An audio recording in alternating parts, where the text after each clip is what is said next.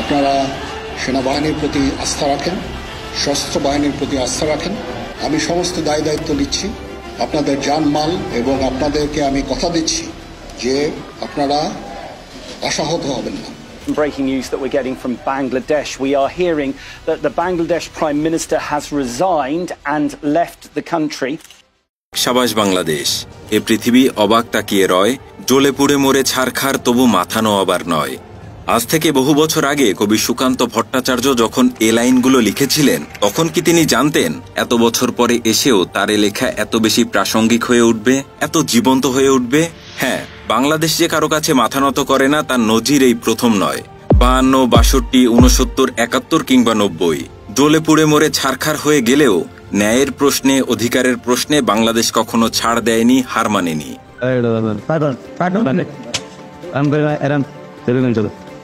বাঙালির বিজয়ের এই গৌরবগাথায় নতুন এক অধ্যায়ের সংযুক্তি হয়েছে মাত্র সেদিন 5 আগস্ট 2024-এ।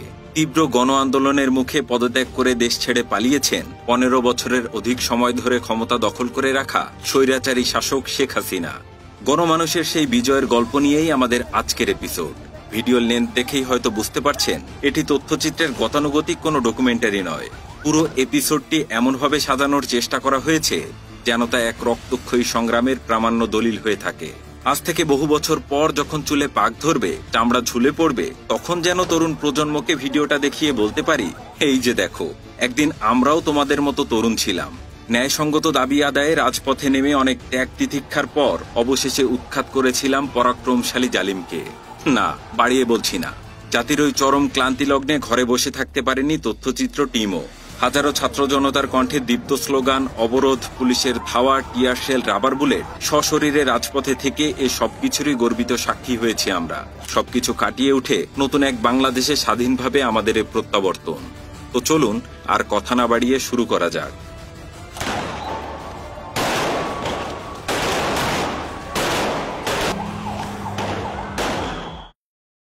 স্বাধীন বাংলায় সরকারি চাকরির ক্ষেত্রে কোটা ব্যবস্থার প্রবর্তন হয় 1972 সালে।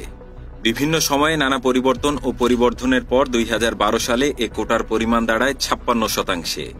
অর্থাৎ শতকরা মাত্র 44 জন মেধার ভিত্তিতে নিয়োগ পেতেন। সনদধারী মুক্তিযোদ্ধা ও তাদের বংশধর, যারা কিনা মোট জনসংখ্যার মাত্র 0.13%, তাদের জন্য বরাদ্দ ছিল মোট চাকুরির 30 ভাগ।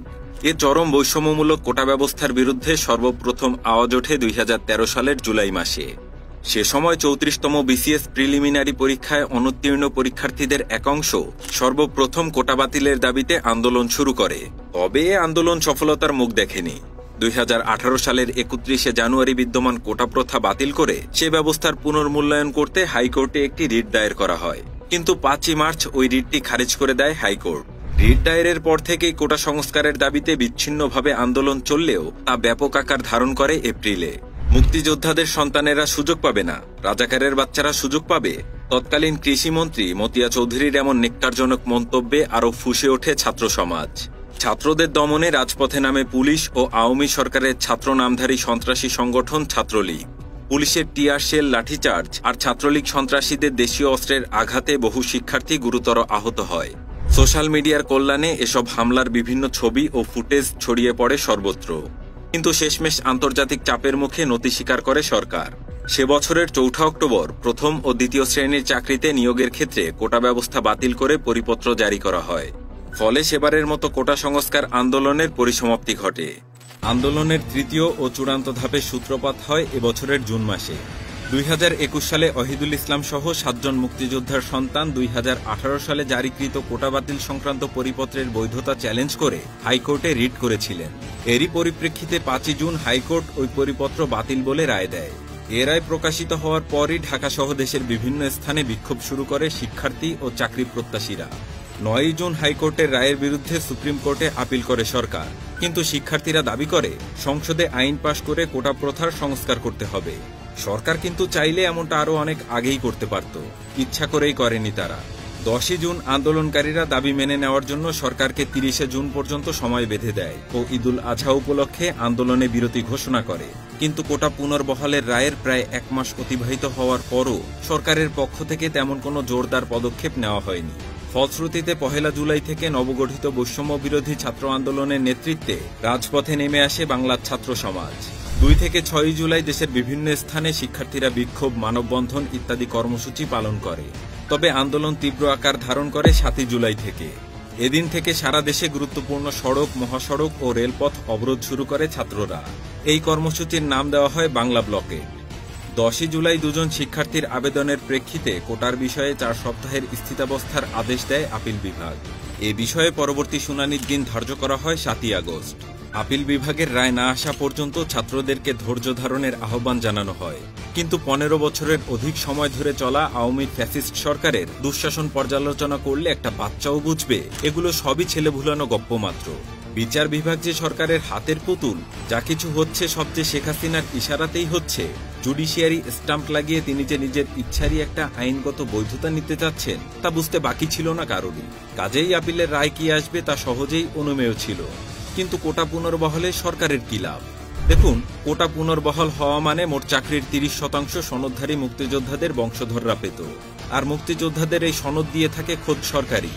এই ক্ষমতার পরিপূর্ণ অপব্যবহার করে পছন্দের লোকদের মুক্তিযোদ্ধা সনদ দিয়ে কোটার চাকরিতে ঢোকানোর এক অভিনব পদ্ধতি চালু করেছিল শেখ হাসিনার নেতৃত্বাধীন আওয়ামী সরকার। আর এভাবে যারা চাকরি পেত, স্বাভাবিকভাবেই তারা সরকারের প্রতিটি আদেশে জি হুজুর ছাড়া টু শব্দটিও করত না।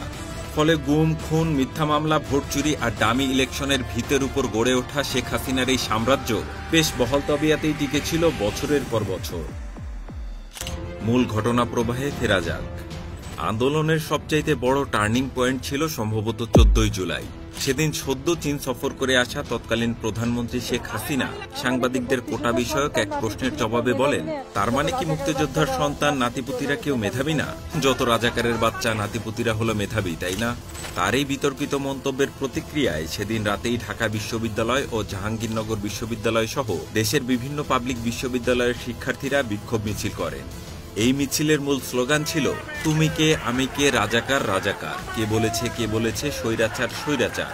এই স্লোগানকে ইস্যু করে তৎকালীন সড়ক পরিবহন ও সেতুমন্ত্রী ওবায়দুল কাদের, শিক্ষামন্ত্রী মহিবুল হাসান চৌধুরী নওফেল সহ আওয়ামী লীগের অনেকেই উস্কানিমূলক বক্তব্য দিতে থাকেন। ওবায়দুল কাদের দম্ভ ভরে বলেন, আত্মস্বীকৃত রাজাকারদের জবাব দিতে ছাত্রলীগই যথেষ্ট। অথচ শিক্ষার্থীরা এই স্লোগানের মাধ্যমে কিন্তু নিজেদেরকে রাজাকার দাবি করেনি, বরং শেখ হাসিনার বিতর্কিত মন্তব্যের প্রতিবাদে এই স্লোগান ছিল একটা স্যাটায়ার মাত্র। তা হয় ওই মাথামোটাদের মগজে ঢোকেনি, বা ঢুকলেও ক্ষমতার অহংকারে তারা তা মানতে চায়নি। ওবায়দুল কাদেরের ওই মন্তব্যের পর 15 জুলাই সভাপতি সাদ্দামের নেতৃত্বে শিক্ষার্থীদের শান্তিপূর্ণ আন্দোলনে ব্যাপক হামলা চালায় ছাত্রলীগের সন্ত্রাসী বাহিনী। মানুষের বেশধারী পাচাটা কুকুরগুলো নারী শিক্ষার্থীদেরকেও রক্তাক্ত করতে ছাড়েনি। এমনকি হাসপাতালের জরুরি বিভাগে ভর্তি থাকা আহত ছাত্রদের উপরও নারকীয় তাণ্ডব চালায় তারা। তাদের এই বর্বরতা 2018 সালের হামলাকেও হার মানায়। তবে এবার শিক্ষার্থীরা চুপ করে বসে থাকেনি, তারাও পাল্টা প্রতিরোধ গড়ে তোলে। তাদের প্রবল প্রতিরোধের মুখে 16 জুলাই হল ছেড়ে পালাতে শুরু করে ছাত্রলীগের নেতাকর্মীরা। একে একে বিভিন্ন বিশ্ববিদ্যালয়ের হল ছাত্রলীগ মুক্ত হবার খবর আসতে থাকে। ছাত্রলীগের নেতাকর্মীদের রুমগুলোতে ভাঙচুর চালায় বিক্ষুব্ধ শিক্ষার্থীরা। ছাত্রলীগের প্রচেষ্টা বিফলে যাবার পর মাঠে নামে পুলিশ। লাঠিচার্জ, টিয়ারশেল আর ছড়রাগুলি ছুড়ে আন্দোলনরত শিক্ষার্থীদের দমাতে চেষ্টা করে তারা।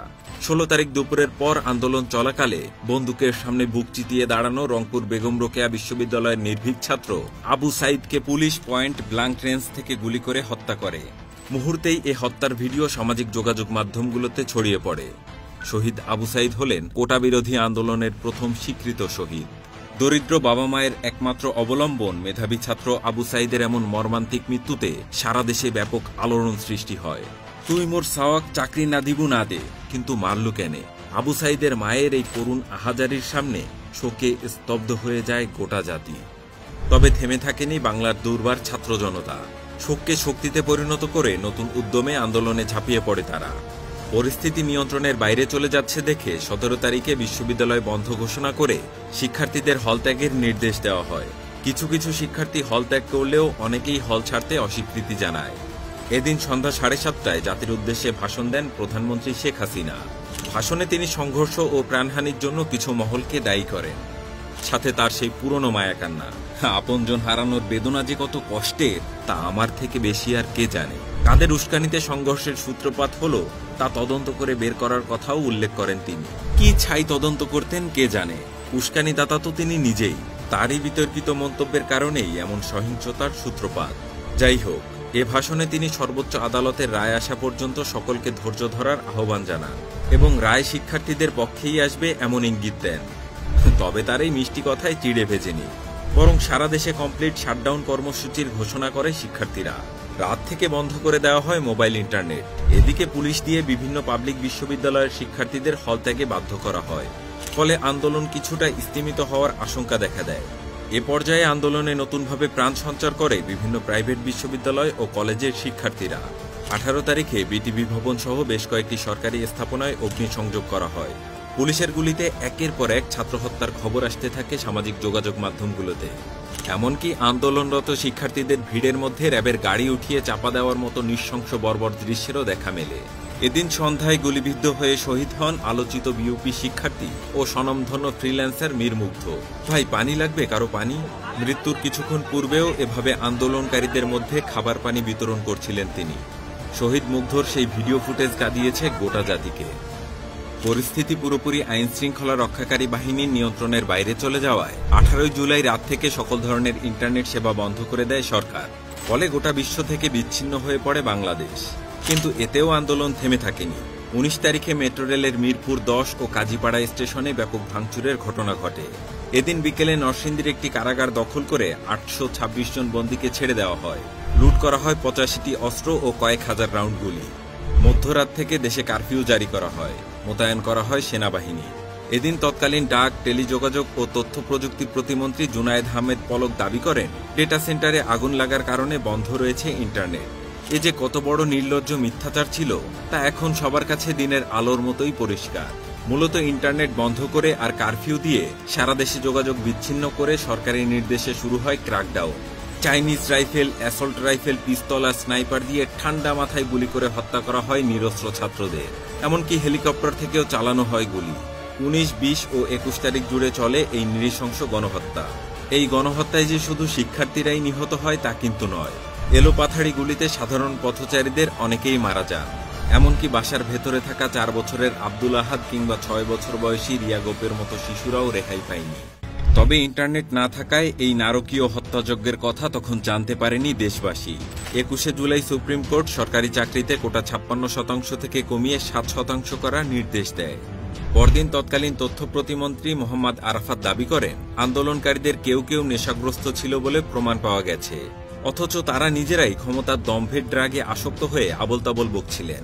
23 জুলাই ব্যবসায়ী ও আন্তর্জাতিক মহলের চাপে ইন্টারনেট চালু করতে বাধ্য হয় সরকার। তবে বন্ধ রাখা হয় ফেসবুক সহ বেশ কয়েকটি সোশ্যাল মিডিয়া। কিন্তু ভিপিএন এর কল্যাণে গত কয়েকদিন ধরে চলা গণহত্যার ছবি ও ভিডিও একে একে প্রকাশ পেতে থাকে সোশ্যাল মিডিয়াগুলোতে। শুধু তাই নয়, প্রতি রাতে দেশের বিভিন্ন এলাকায় রোড লাইট অফ করে ব্লক রেইড চালিয়ে আন্দোলনের সাথে জড়িত শিক্ষার্থীদের তুলে নিয়ে যেতে থাকে পুলিশ। কারোরই আর বুঝতে বাকি থাকে না কেন ইন্টারনেট বন্ধ করে রাখা হয়েছিল। আন্দোলনের এ পর্যায়ে দেশের বাইরে থেকে গুরুত্বপূর্ণ ভূমিকা রাখেন আমাদের রেমিটেন্স যোদ্ধারা। অনেকেই রেমিটেন্স পাঠানো থেকে বিরত থাকেন, কেউ বা তা পাঠান হুন্ডির মাধ্যমে। ফলে ডলার সংকটে পড়ে সরকার। বাংলাদেশ ব্যাংকের তৎকালীন গভর্নর ও প্রধানমন্ত্রীর মুখ্য সচিবের মধ্যকার সম্প্রতি ফাঁস হওয়া এক ফোন আলাপে এর প্রমাণ মেলে। যেখানে প্রতিদিন প্রায় $100 মিলিয়ন রেমিটেন্স আসত, সেখানে 22 থেকে 27 জুলাই এই 6 দিনে দেশে এসেছিল মাত্র $78 মিলিয়ন। এরই মধ্যে ভুলক্রমে জাতিসংঘের লৌহ সম্বলিত হেলিকপ্টার ও ট্যাঙ্ক ব্যবহার করে বিপাকে পড়ে সেনাবাহিনী। 25 জুলাই মেট্রো রেলের পুড়িয়ে দেওয়া স্টেশনের ক্ষয়ক্ষতি পরিদর্শনে গিয়ে মায়াকান্না জুড়ে দেন শেখ হাসিনা।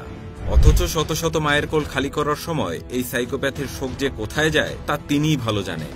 26 জুলাই স্বরাষ্ট্রমন্ত্রীর নির্দেশে তৎকালীন ডিবি প্রধান হারুন কোটা আন্দোলনের 3 সমন্বয়ককে নিরাপত্তার অজুহাতে তুলে নিয়ে গিয়ে ডিবি কার্যালয়ে আটকে রাখেন। 28 জুলাই নাগাদ এ সংখ্যা 6 গিয়ে দাঁড়ায়। এদিন মোবাইল ইন্টারনেট সচল করে দেওয়া হয়, তবে যথারীতি বন্ধ থাকে সোশ্যাল মিডিয়া। রাত 10টার দিকে জিম্মিকৃত সমন্বয়করা ডিবি কার্যালয়ে বসেই চলমান আন্দোলন প্রত্যাহারের ঘোষণা দেন। কিন্তু তাদেরকে যে এ ঘোষণা দিতে বাধ্য করা হয়েছে তা ছোট বাচ্চারাও বুঝেছিল। সাবেক ডিবি প্রধান হারুন হয় নিজেই ঘাস খেতেন অথবা ভাবতেন দেশের সাধারণ জনগণ ঘাস খায়। তা না হলে সমন্বয়কদের একসাথে বসিয়ে ভালো ভালো খাবার খাওয়ানোর ভিডিও প্রচার করে কি বোঝাতে চেয়েছিলেন তিনি? যাক সে কথা। সম্মিলিত ছাত্র জনতা সাফ জানিয়ে দেয়, শহীদদের রক্তের সাথে বেইমানি করতে পারবে না তারা। ছাত্র হত্যার দায়ে শেখ হাসিনার ক্ষমা প্রার্থনা, স্বরাষ্ট্রমন্ত্রীর পদত্যাগ সহ ইতিপূর্বে উত্থাপিত ৯ দফা দাবি আদায় না হওয়া পর্যন্ত তাদের আন্দোলন চলমান থাকবে। কোটা আন্দোলনকে ঘিরে নিহত ব্যক্তিদের স্মরণে ৩০শে জুলাই দেশব্যাপী শোক পালন করার সিদ্ধান্ত নেয় সরকার। মাছের মায়ের পুত্র শোক আর কাকে বলে? সরকারের এ ভণ্ডামিকে ঘৃণা ভরে প্রত্যাখ্যান করে দেশবাসী। গোটা ফেসবুক ছেয়ে যায় লাল রঙের প্রোফাইল পিকচারে। মুখে লাল কাপড় বেঁধে র্যালি করেন বিভিন্ন বিশ্ববিদ্যালয়ের শিক্ষকরা। ১৩ দিন বন্ধ থাকার পর ৩১শে জুলাই খুলে দেওয়া হয় সোশ্যাল মিডিয়া সাইটগুলো। এদিন সাবেক ছাত্রলীগ নেতাদের তোপের মুখে পড়েন আওয়ামী লীগের সাধারণ সম্পাদক ওবায়দুল কাদের। নিজের দলের লোকেরাই তাকে উদ্দেশ্য করে ভুয়া ভুয়া বলে স্লোগান দেয়। পরদিন ডিবি কার্যালয়ে জিম্মিকৃত বৈষম্য বিরোধী ছাত্র আন্দোলনের ৬ সমন্বয়ককে ছেড়ে দেওয়া হয়। শুরু থেকেই সরকার আন্দোলনে সহিংসতার দায় বিরোধী দলগুলোর উপরে চাপিয়ে আসছিল। আন্দোলনকে ভিন্ন খাতে প্রবাহিত করতে এদিন বিকেলে জামায়াতে ইসলামী ও ইসলামী ছাত্র শিবিরকে নিষিদ্ধ ঘোষণা করে সরকার। ওদিকে আইন শৃঙ্খলা রক্ষাকারী বাহিনী ও আওয়ামী গুন্ডা কর্তৃক ছাত্রদের উপর দমন পীড়ন ও গ্রেফতার চলতেই থাকে। ৩রা আগস্ট শেখ হাসিনা আন্দোলনকারীদের সাথে আলোচনার প্রস্তাব দিলে গুলি আর সন্ত্রাসের সাথে কোনো সংলাপ হয় না জানিয়ে তারা তা প্রত্যাখ্যান করে দেয়। বিকেলে সকল শ্রেণী পেশার আনুমানিক ২ লক্ষ মানুষ সমবেত হন কেন্দ্রীয় শহীদ মিনারে। সেখান থেকেই শেখ হাসিনার পদত্যাগের ১ দফা দাবিতে ৪ঠা আগস্ট থেকে সারা দেশে সর্বাত্মক অসহযোগ আন্দোলনের ডাক দেওয়া হয়। এদিকে সেনাপ্রধান ওয়াকারুজ্জামান অন্যান্য সেনা কর্মকর্তাদের সাথে এক জরুরি বৈঠকে বসেন। সেই বৈঠকে সিদ্ধান্ত নেওয়া হয় সেনাবাহিনী আর গুলি চালাবে না, সাধারণ মানুষের পাশে থাকবে তারা। পরদিন ৪ঠা আগস্ট অসহযোগ আন্দোলনের প্রথম দিনে রাস্তায় নেমে আসে শিক্ষার্থী সহ সকল শ্রেণী পেশার মানুষ। দলীয় নির্দেশনা মোতাবেক আওয়ামী সন্ত্রাসীরা দেশের বিভিন্ন জায়গায় আন্দোলনকারীদের উপর সশস্ত্র হামলা চালায়। এদিন নিষ্ক্রিয় ভূমিকা পালন করে পুলিশ। শুরুতে কিছুটা পেছপা হলেও শেষমেশ পাল্টা আক্রমণ চালিয়ে আওয়ামী গুন্ডাদের রুখে দিতে সক্ষম হয় সাধারণ ছাত্র জনতা। এছাড়া কোনো কোনো জায়গায় ছাত্রলীগের হামলা থেকে শিক্ষার্থীদের রক্ষা করে সেনাবাহিনী। ফলে পিছু হটতে বাধ্য হয় সরকারের চামচারা। সম্পূর্ণ আন্দোলনের মধ্যে এই দিনটিই ছিল সবচাইতে বেশি রক্তক্ষয়ী। শুধুমাত্র এই একদিনেই শতাধিক মানুষ মৃত্যুবরণ করে।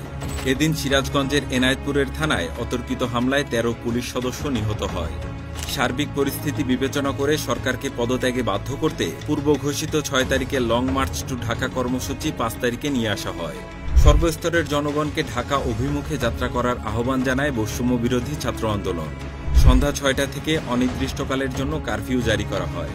কিন্তু কারফিউকে বুড়া আঙুল দেখিয়ে রাত থেকেই দলে দলে মানুষ ঢাকা অভিমুখে আসতে থাকে। গণপরিবহন বন্ধ থাকার পরেও যে যেভাবে পেরেছে ছুটেছে ঢাকার দিকে। ওই দিন রাতেই শেখ হাসিনাকে তার একজন উপদেষ্টা সহ কয়েকজন নেতা সেনাবাহিনীর কাছে ক্ষমতা হস্তান্তরের পরামর্শ দেন। তবে তিনি তা মানতে চাননি, বরং কারফিউ আরও কড়াকড়ি করতে বলেন। ৫ই আগস্ট সকাল থেকেই থমথমে ছিল রাজধানী ঢাকার পরিবেশ। এক ভয়ানক অনিশ্চয়তার আবহ ঢাকার আকাশে বাতাসে। কি ঘটবে আজ? সাধারণ মানুষকে সাথে নিয়ে ছাত্র জনতা কি পারবে বিজয় ছিনিয়ে আনতে, নাকি রক্তপিপাসু খুনি হাসিনার নির্দেশে আবারও রঞ্জিত হবে রাজপথ? সেনাবাহিনী কি সত্যি জনগণের পাশে থাকবে, নাকি নির্বিচারে চালাবে গুলি? এত সব অনিশ্চয়তা আর শঙ্কার মধ্যেও বিভিন্ন স্থানে আন্দোলনকারীরা কারফিউ ভেঙে রাস্তায় নামতে শুরু করে। সকাল 10:30টায় শিক্ষার্থীরা শহীদ মিনারে জড়ো হওয়া শুরু করলে আবারও অ্যাকশনে নামে পুলিশ। সেই সাথে আবারও বিচ্ছিন্ন করে দেওয়া হয় ইন্টারনেট।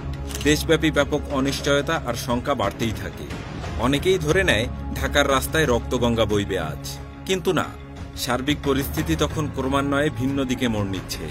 3 বাহিনীর প্রধান ও পুলিশের আইজিপিকে ডাকা হয় গণভবনে। নিরাপত্তা বাহিনী কেন পরিস্থিতি সামাল দিতে পারছে না সেটার জন্য ক্ষোভ প্রকাশ করেন হাসিনা। বিশ্বাস করে এই কর্মকর্তাদের শীর্ষ পদে বসিয়েছেন সেটাও উল্লেখ করেন তিনি। শীর্ষ কর্মকর্তাদের পক্ষ থেকে বোঝানোর চেষ্টা করা হয় বল প্রয়োগ করে এই পরিস্থিতি সামাল দেওয়া যাবে না, কিন্তু শেখ হাসিনা তা মানতে নারাজ। তখন কর্মকর্তাদের অনুরোধে শেখ রেহানা তার বড় বোনকে বোঝানোর চেষ্টা করে, কিন্তু তাতেও কাজ হয়নি। এক পর্যায়ে বিদেশে থাকা সজীব ওয়াজেদ জয়ের সঙ্গে ফোনে কথা বলেন এক শীর্ষ কর্মকর্তা। শেষমেশ ছেলে জয়ের কথায় পদত্যাগে রাজি হন শেখ হাসিনা। তিনি তখন একটা ভাষণ রেকর্ড করতে চান জাতির উদ্দেশ্যে প্রচারের জন্য, কিন্তু ততক্ষণে গোয়েন্দা তথ্য আসে যে বিপুল সংখ্যক ছাত্র জনতা শাহবাগ ও উত্তরা থেকে গণভবন অভিমুখে রওনা হয়েছে। দূরত্ব বিবেচনায় 45 মিনিটের মধ্যে শাহবাগ থেকে গণভবনে আন্দোলনকারীরা চলে আসতে পারে বলে অনুমান করা হয়। ভাষণ রেকর্ড করতে গেলে গণভবন থেকে বের হওয়ার সময় নাও পাওয়া যেতে পারে। এই বিবেচনায় শেখ হাসিনাকে ভাষণ রেকর্ডের সময় না দিয়ে গণভবন ত্যাগের জন্য ৪৫ মিনিট সময় বেঁধে দেওয়া হয়। এরপর গণভবন ছেড়ে ছোট বোন রেহানাকে নিয়ে তেজগাঁওয়ের পুরনো বিমানবন্দরে আসেন শেখ হাসিনা। সেখানে তাদের কয়েকটি লাগেজ ওঠানো হয়। তারপর তারা বঙ্গভবনে যান। সেখানে পদত্যাগের আনুষ্ঠানিকতা শেষ করে সামরিক হেলিকপ্টারে করে ছোট বোন সহ ভারতে পালিয়ে যান ফ্যাসিস্ট স্বৈরাচারী খুনি শেখ হাসিনা। দুপুর ২টোর পরই তার পালিয়ে যাবার খবর ছড়িয়ে পড়ে সারা দেশে।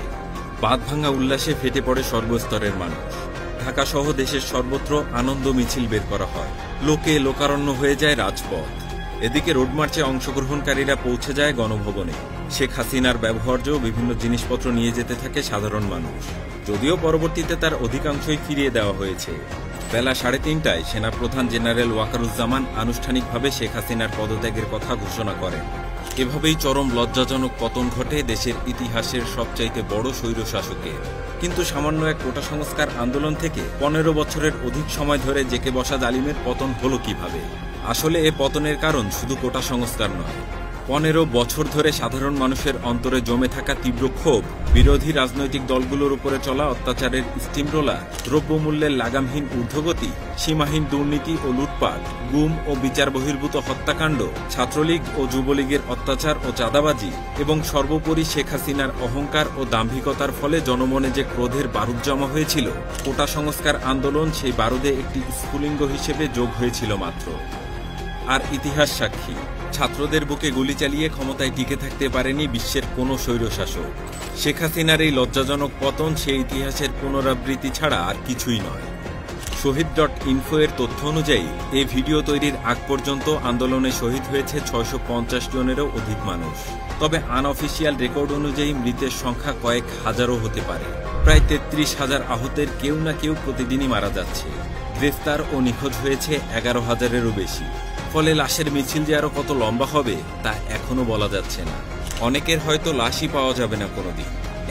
এত আত্মত্যাগের মধ্য দিয়ে পুনরায় স্বাধীনতা অর্জিত হয়েছে সত্যি, কিন্তু জানেনই তো, স্বাধীনতা অর্জনের চেয়ে স্বাধীনতা রক্ষা করা ঢের কঠিন। তাই সজাগ থাকতে হবে আমাদের। দেশের প্রতিটি সেক্টর আজ ধ্বংসের দোরগোড়ায়। সেই ধ্বংসস্তূপের জঞ্জাল সরিয়ে দেশ পুনর্গঠনে আত্মনিয়োগ করার দায়িত্ব আমার, আপনার, সবার।